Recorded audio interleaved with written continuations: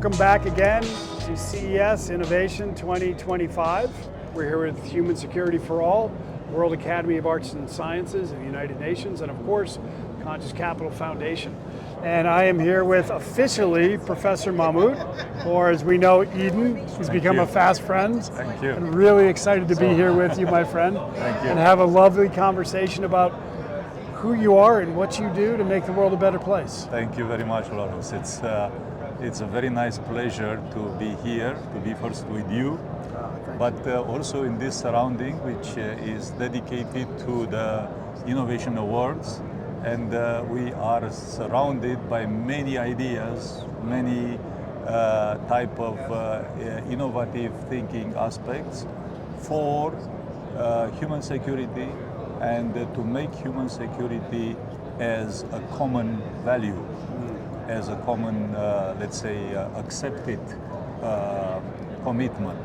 Tell me your role in life now. Like where are you? I could sit here and talk to you for half an hour, but you know we have to accelerate a little.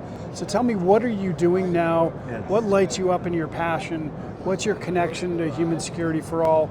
And I also know you have a project as well that we were talking about the other day that you're working on. Thank you. So as background, I'm an engineer, but since some decades, And a professor. I started a career as an educator, and I am a professor at the Ovidius University of Constanța in Romania.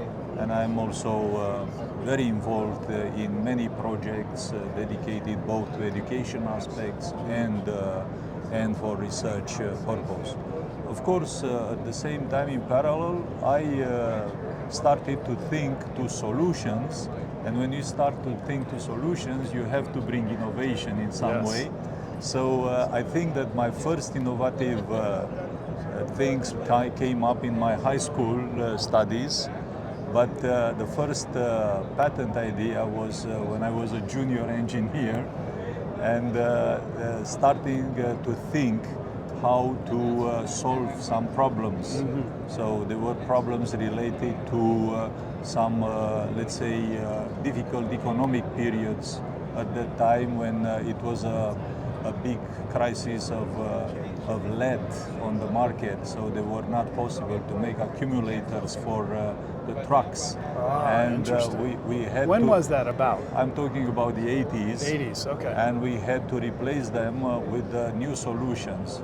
So starting from these real problems actually comes the patents and innovations. Yes. So I started like that, and of course further on developing research activities. I have patents that have been developed in Germany during my research career also that I did in some research institutes and collaborations.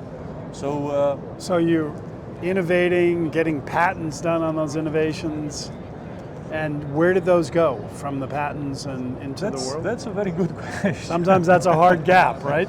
Yes, I know it well myself. Yes, so that's a very good question, because of course in the research activity that we are doing in universities, but also in collaborating with different companies, we look for solving the problem. Right. And this is not innovating as a scope per se, is innovating for bringing some valuable solutions. Got it. And so you solve a problem, and then the next stage is, of course, then to move that out into the world, which is a separate thing, of course. And in this process, of course, the aspects related to human security is the backbone, because at the end, these core values of protecting humans against fear for want,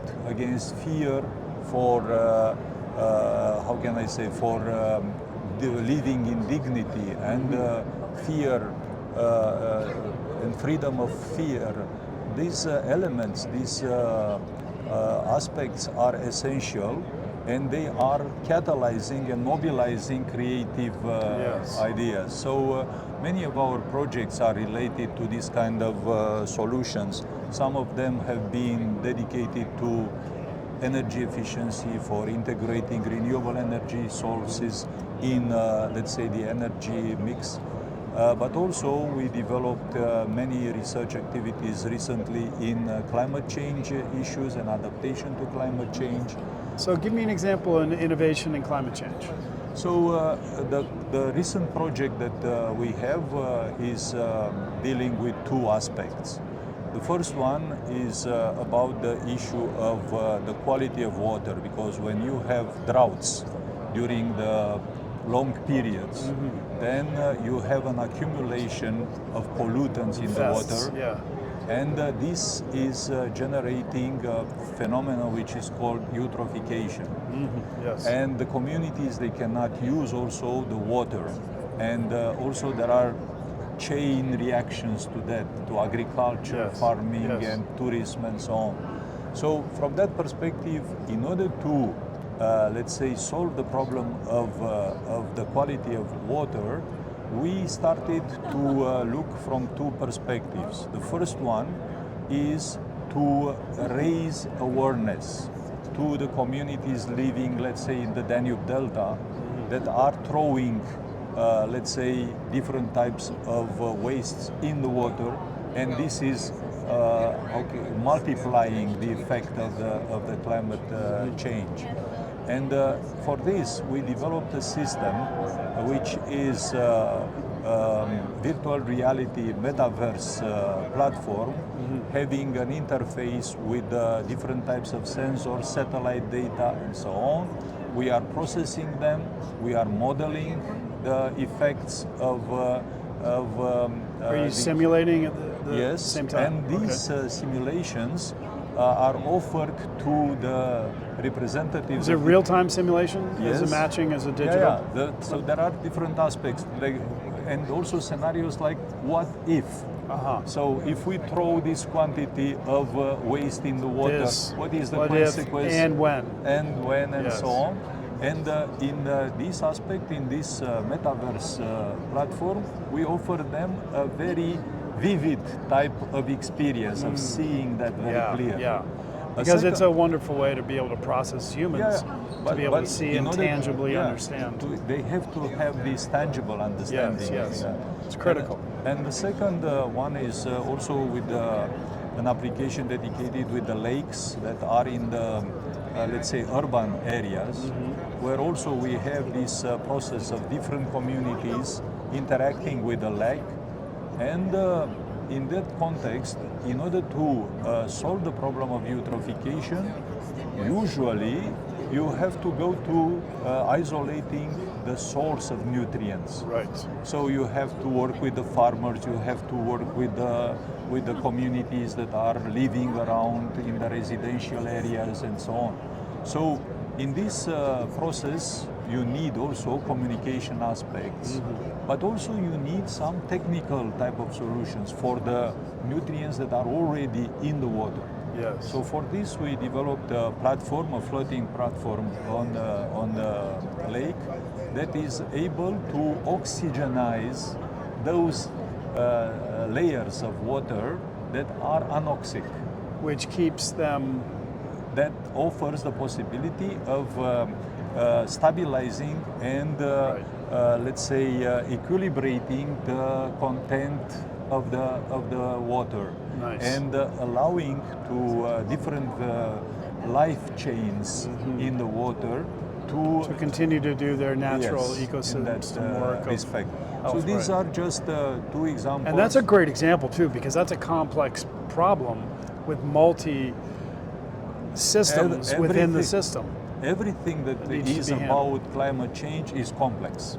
By its nature, right? So from that perspective, the time of finding simple solutions where you just do this one thing and everything's going to be okay, and right? then you're fixing that and it's like silly human tricks, right? Yeah. We think we can just negatively, like we think we can just build a dam and it'll be okay, right? Yeah, so we forget about all of the So in the past, a very smart guy, a very creative guy was one that, and usually you were saying like that, well, the guy came and he just fixed it with one finger and then the thing started to work again. So that was the old approach to the expert, to the creative guy. Yes.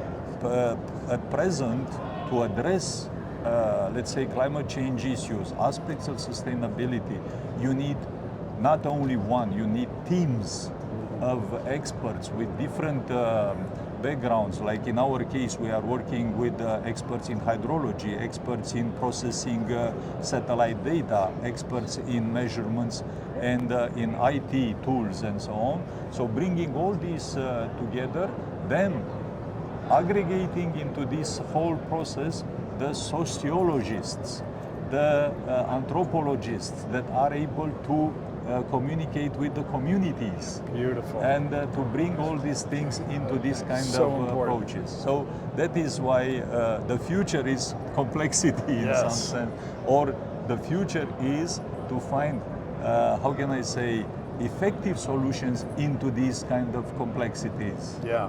Wow. Great work, my friend. I know we're going to have some more conversations off camera, and I appreciate you so much for the work you're doing. And it's been a real pleasure to get to know you. I know we've gone back and forth and then get pulled apart, but it's been really an honor to get to know you. And I know that in this short interview, the listeners can't hear all the things you're doing, but I'll just let everybody know that there are some amazing things that Eden's doing out there in the world. And thank you very much. We really appreciate you. Thank you. Thank